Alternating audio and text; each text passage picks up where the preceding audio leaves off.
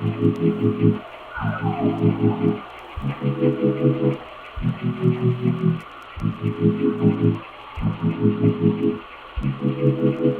Gründer is a professor at the medical faculty Mannheim of the University of Heidelberg, Germany.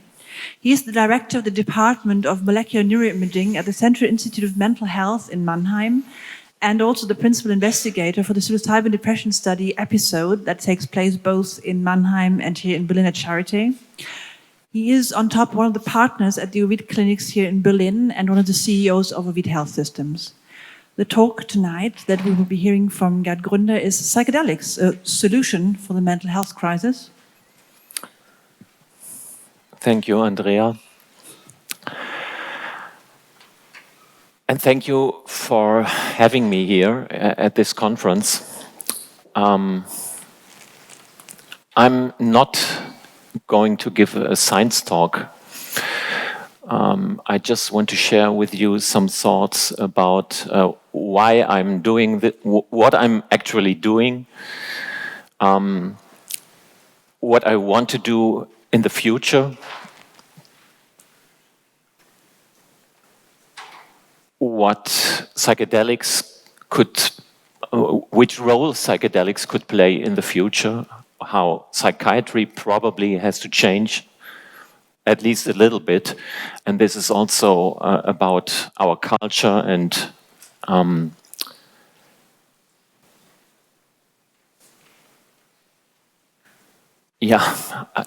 we solve the mental health crisis. So these are my disclosures, and this is the first time that I put the ZI logo and the Ovid logo both on one slide. I avoided that in the past. Now it's since I made this collaboration open. This is the first time. This is the major disclosure I have to make. So I'm co-founder of Ovid Health Systems. I'm collaborating with many industry partners, big pharma companies, but that won't play a role tonight. So I would like to start with Paul. Just be honest, please. Who here in this room believes that psychedelics could be the solution of the mental health crisis? Okay. Some people who does not believe that psychedelics are the solution? So probably 50-50, maybe a little bit more on the no side. I like to convince the proponents that they are wrong. That's my basic message for the next 30 minutes or so. So the people who believe that psychedelics could be the solution for the mental health crisis have good company. For example, here I found this talk, this podcast here by Michael Pollan. Could psychedelics solve the mental health crisis? It's on YouTube. It's a podcast on YouTube, and if you Google mental health crisis and solution, you find many hits. And I put down here just a few. Can illegal drugs solve Canada's mental health crisis? Question mark. LSD could be the key to alleviating the mental health crisis if government allows it.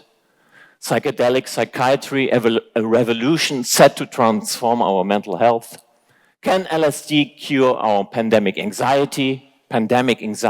So the mental health crisis, which was caused by the pandemic, the corona pandemic, MindMed is spending big to find out. And then there's a lot about investments and companies solve our mental health crisis. Psychedelics, a game changer in mental health? Question mark. Another game changer here in mental health. The companies tackling a global health crisis. And then I like this one, anxiety, depression, and addiction at all-time highs.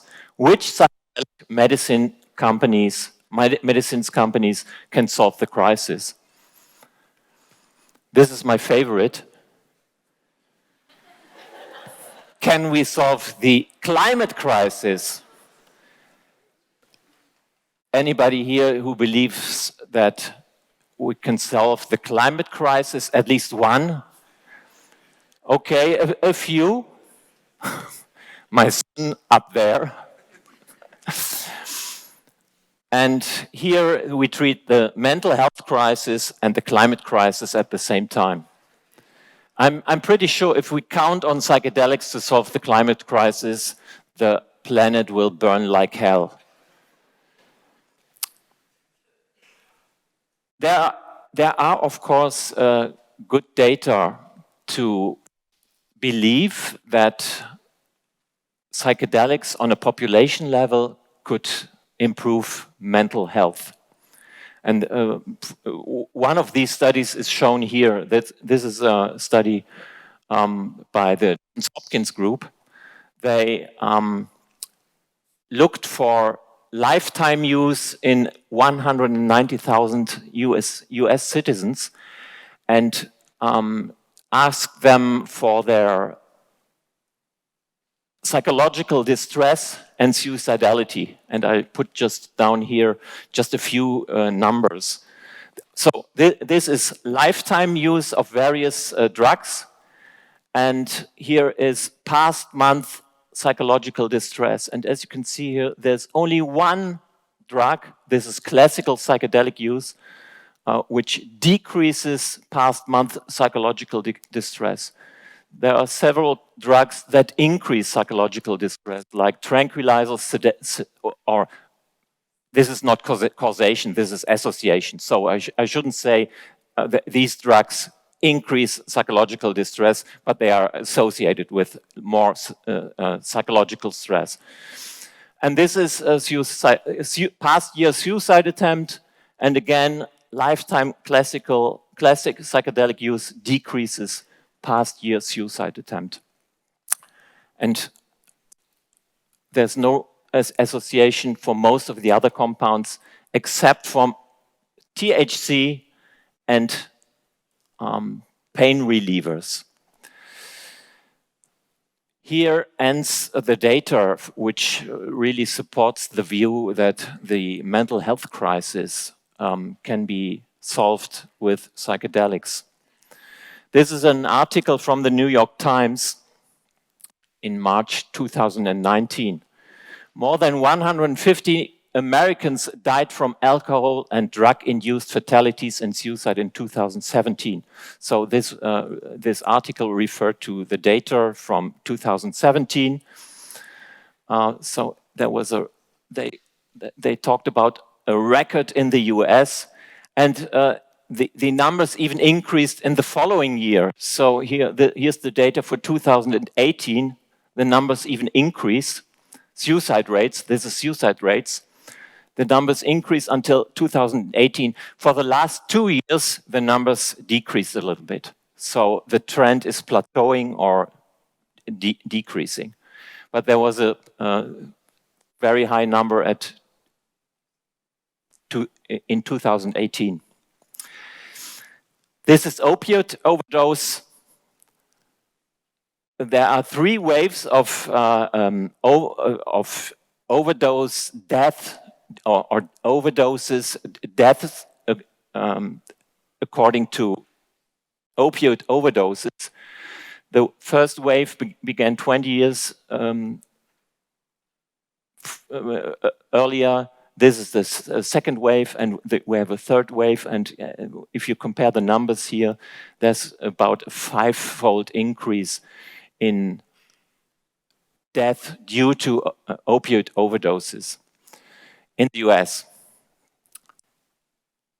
Does anybody really believe that we could decrease these numbers by feeding the people with psychedelics? I will show you some numbers that are really pointing in the different direction.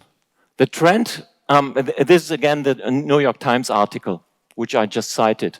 The trend most likely has social causes: lack of access to mental health care, economic stress, loneliness and despair, the opioid epidemic, and the unique difficulties facing small-town America.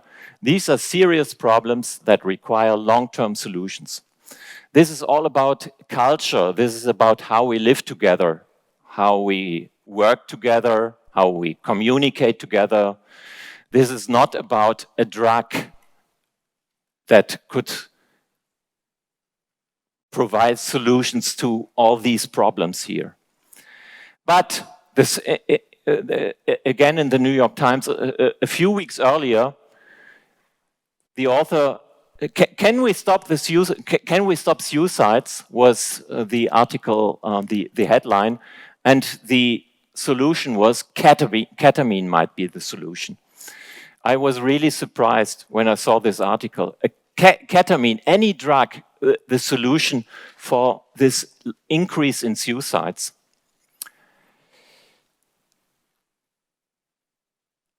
Let's have a look at suicide rates in children. Children kill themselves. Unfortunately, the numbers are relatively low, but children kill themselves. And what you see here, these are suicide rates in the US for children aged 10 to 14. And we see this sharp increase here. Here we see a decrease until 2007. And then we see a threefold increase, especially in girls.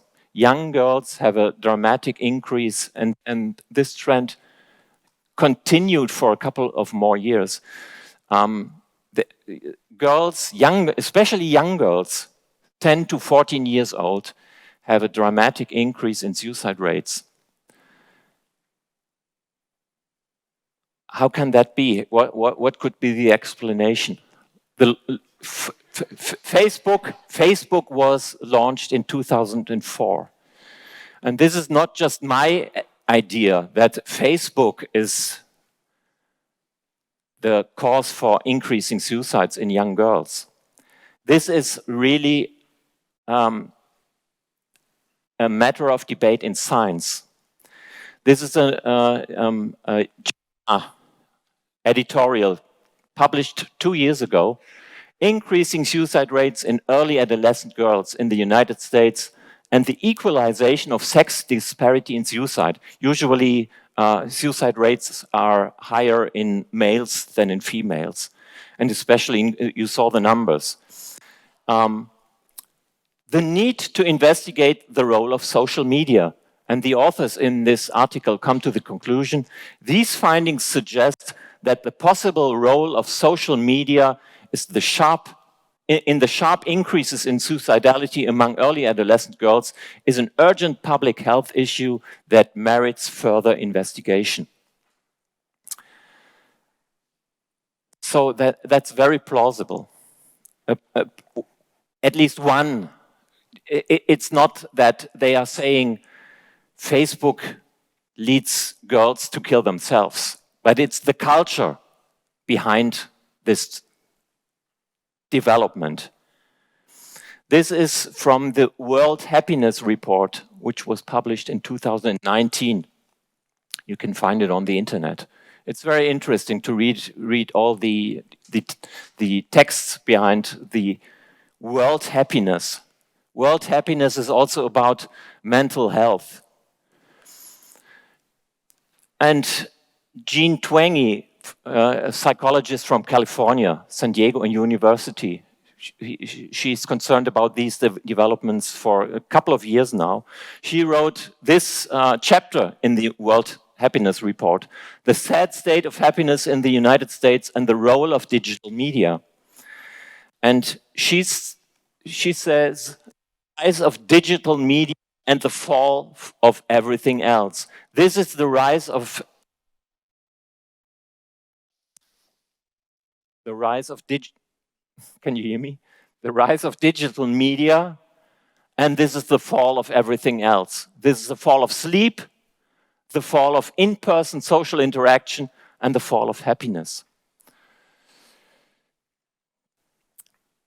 Does anybody here of the proponents, the psychedelic proponents, believe that we should, that it is possible to decrease suicide rates in girls 10 to 14 years old by feeding them with psychedelics?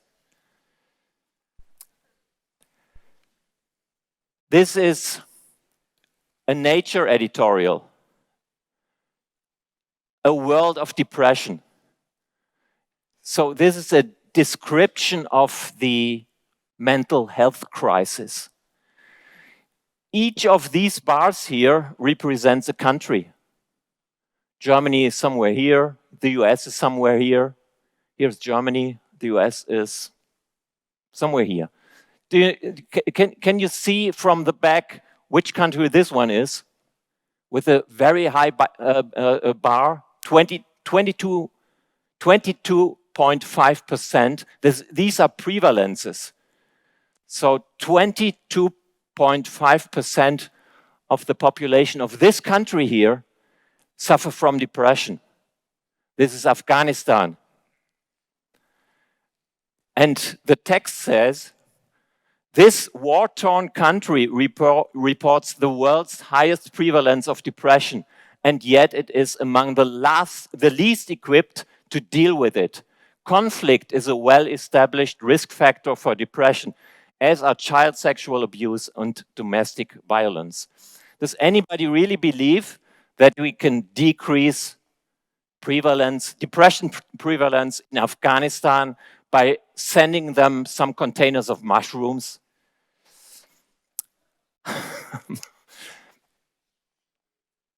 Okay. Let's talk about poverty and mental health. Let's talk about parental unemployment and lack of education. Let's talk about children again, because I think nobody really wants to feed psychedelics to children.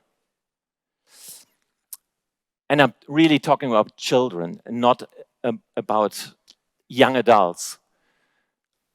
Parental unemployment and lack of education are risk factors for mental diseases. This is data from Finland. We know that parental unemployment and lack of education are problems very widely distributed in countries like the US, where socio-economic disparity is large. By the way, in Germany, it's not much better.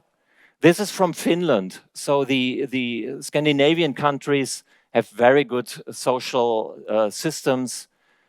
And so I took data to show you from a Scandinavian country on purpose, because here the socio-economic differences or disparities are smaller. This is depression prevalence in Finnish schoolgirls depending on the socio-economic status. There are a lot of data in that paper. I put together just the two extremes. High education, employed, so the parents have high educational level and are employed. And here is low education, unemployed. Both parents are unemployed. Look just on the prevalence, depression prevalence in percent for severe depression. 2 to 3%, slightly increasing over the years, over this decade. And this is low education, unemployed. The prevalence is much higher and it's increasing. So here we have a widening gap. So the gap between depression, severe depression prevalence between children with a high socioeconomic status compared to low socioeconomic status is widening. And it's even more impressive in boys. Here you see severe depression, high education unemployed, high education employed, very low numbers, not increasing, stable. And here, low education unemployed, here you have an eightfold risk for severe depression if your parents are unemployed and have a low education. And again, do we really believe, or anybody here believe, that these problems can be solved with psychedelics? Yes? Okay, we can discuss that. That's interesting. That's a good starting point for the round table later. Let's talk, and that's also, I think, very, very important. Let's not talk about mental wellness. This is not about mental wellness. This is about mental health. This is for the rich, high-educated, employed, but we should talk about mental health for everybody.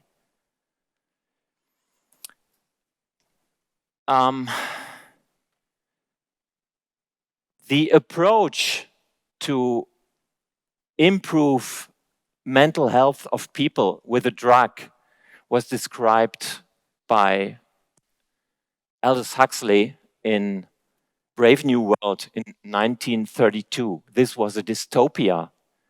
This was not meant to be the solution for future societies. And I picked one citation from this book describing soma. Soma is a solution for feeling unwell. Now, such is progress. The old men work, the old men copulate, the old men have no time, no leisure from pleasure, not a moment to sit down and think, or if ever by some unlucky chance such a crevice of time should yawn in the solid substance of their distractions. There's always soma, delicious soma, half a gram for a half holiday, a gram for a weekend, 2 grams for a trip to the George's East, 3 for a dark eternity on the moon. Returning whence they find themselves on the other side of the crevice, safe on the solid ground of daily labor and distraction, scampering from feely to feely, from girl to pneumatic girl, from electromagnetic golf course to... This is the approach of feeling well by administering a drug. I think that's really not the solution. Now, some people here now might think, why is he so negative? I'm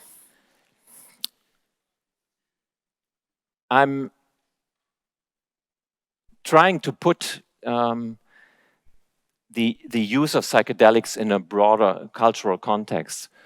And of course, I'm convinced that with these compounds, we have tools which provide a different approach to mental health. And that's what I want to show you in the last couple of minutes of my talk.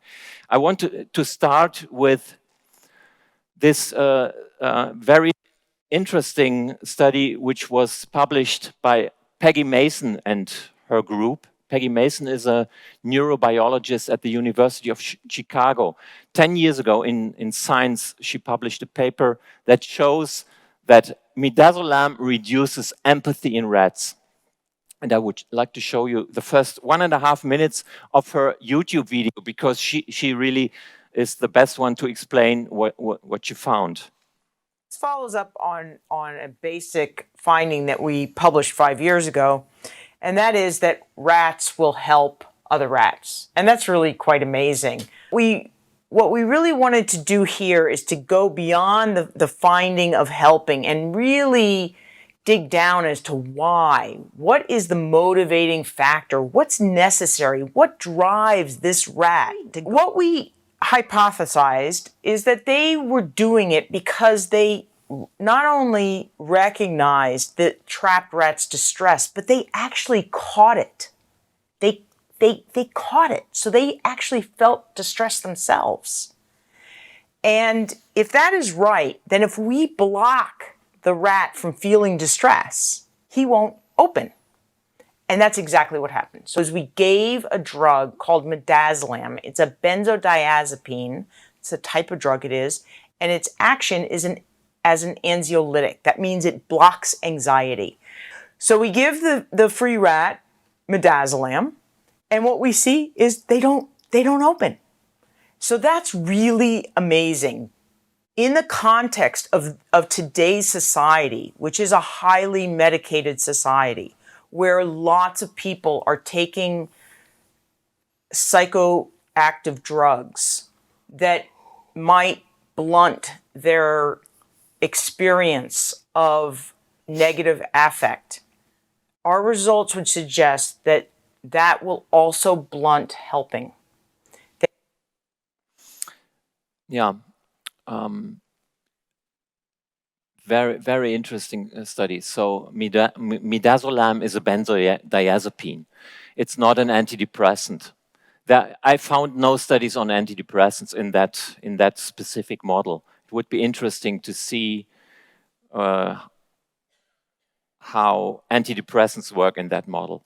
But I found this study in humans, and that is with antidepressants. It's an fMRI study. I skipped the fMRI part. I just report here the behavioral part. The subjects, these were 29 patients with major depressive disorder and 35 healthy controls, were shown video clips with subjects who were exposed to loud noise. And they were told that this is a treatment for tinnitus.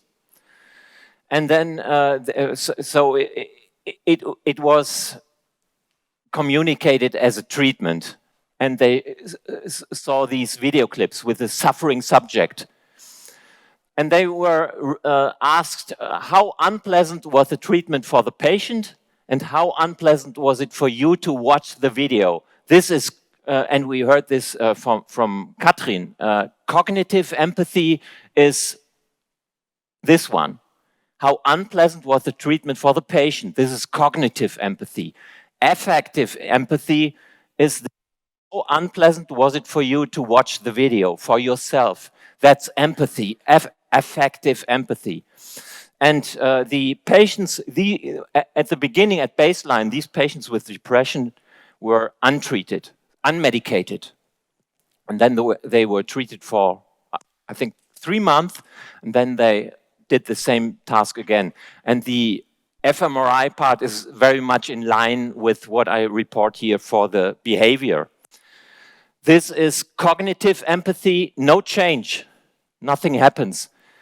And that's again very much in line with what Katrin just reported. This is affective empathy, and you see that regardless of of whether the treatment was communicated as being ineffective or effective, the patients with MDD, with depression, had a decrease in affective empathy in both conditions. There was no change in the healthy controls because they didn't take the antidepressants. So the conclusion of that paper was it's antidepressant treatment that reduces empathy in patients with depression.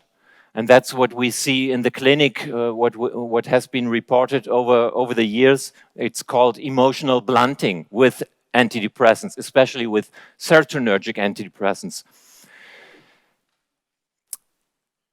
And that is really understudied.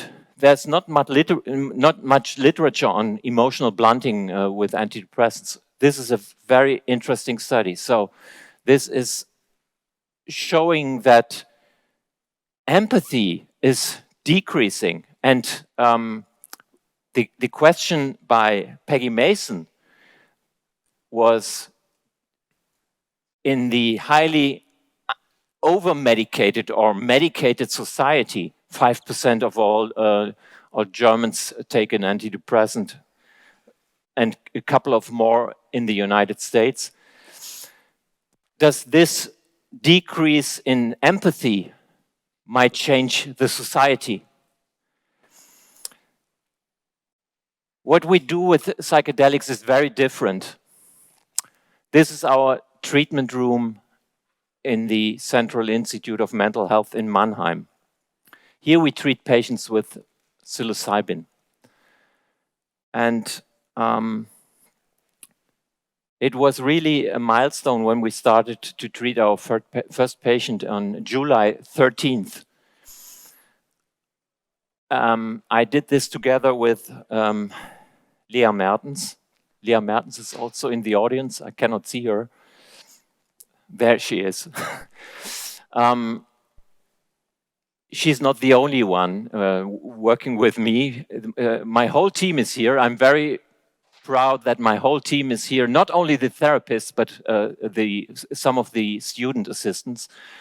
So this is a very enthusiastic team. 10 people here is really great. So the people are very enthusiastic. 2 days ago, the two of us, Lea and I treated the first patient on July 13th. I think we will never forget that day. 2 days ago, we treated a patient and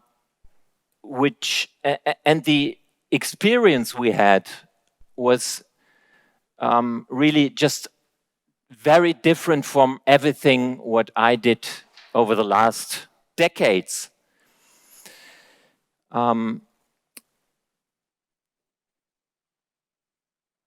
After about two hours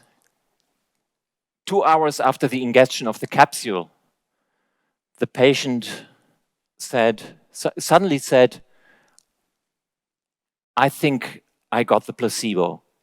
And then she began laughing. And then she began crying.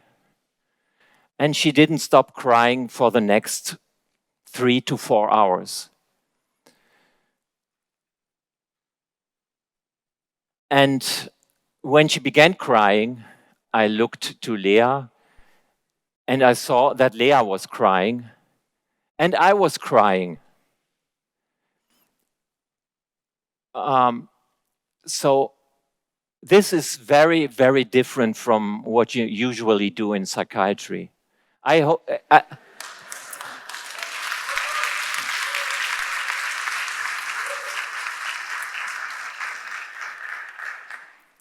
I treated a couple of thousand patients conventionally. Let's call it conventionally over the years. I never held the hand of a patient for 2 hours and cried with the patient.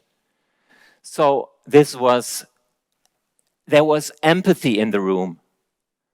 This was not only a very important experience for the patient, but for the three of us. So this is a very different treatment approach that we are now doing here. And I'm glad that I'm being part of this, and I'm glad that there are so many people around me in the team who can share this experience.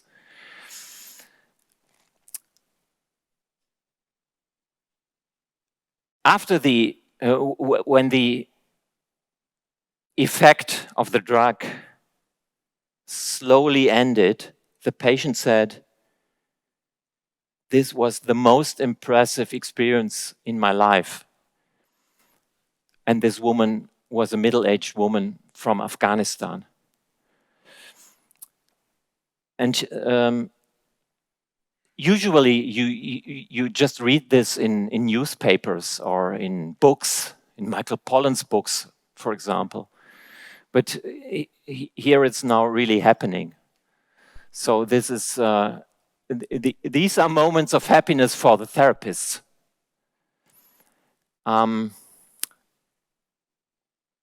But this is a different treatment approach, a different approach of treating patients.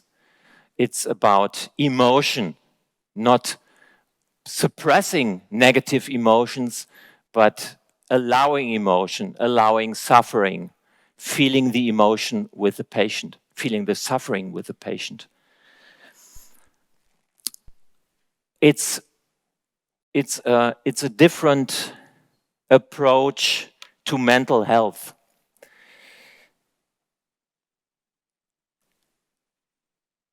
But I'm pretty sure that this will not solve all our problems. We cannot. Psychedelics, for me, is a kind of metaphor for a change in mindset. Openness, connectedness, empathy. This is the mindset we need if we want to save the planet. But it's you cannot save the planet by treating Donald Trump or Javier Bolsonaro with LSD. Bolsonaro won't stop burning the jungle if you just treat him with LSD. Thank you.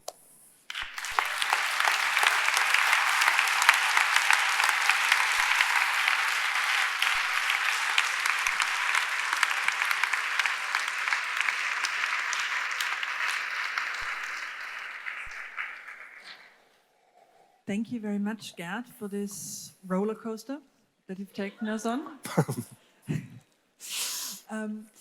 We are now going to go into the panel discussion soon, but I have been asked to also come back to our online audience for questions. And perhaps we could do that now. Amy and Clara, would you have a question for Gerd from the online audience?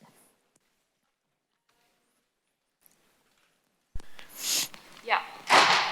There's a question from Cairo Bashe, and it says, our mental health crisis seems to stem from a world changing more rapidly than our ability to adapt. For example, more socialization, less richness in connection. Can psychedelics and the plasticity and perspectives they produce help us keep pace?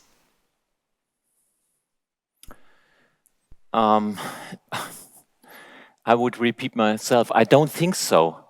I don't think that we can, by increasing our brain's plasticity with a drug, that we can adapt to changes in technology. I think we have to change our approach, how we use technology.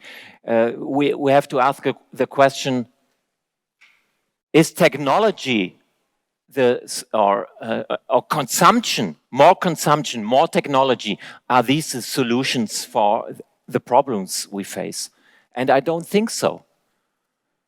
So it's not the solution to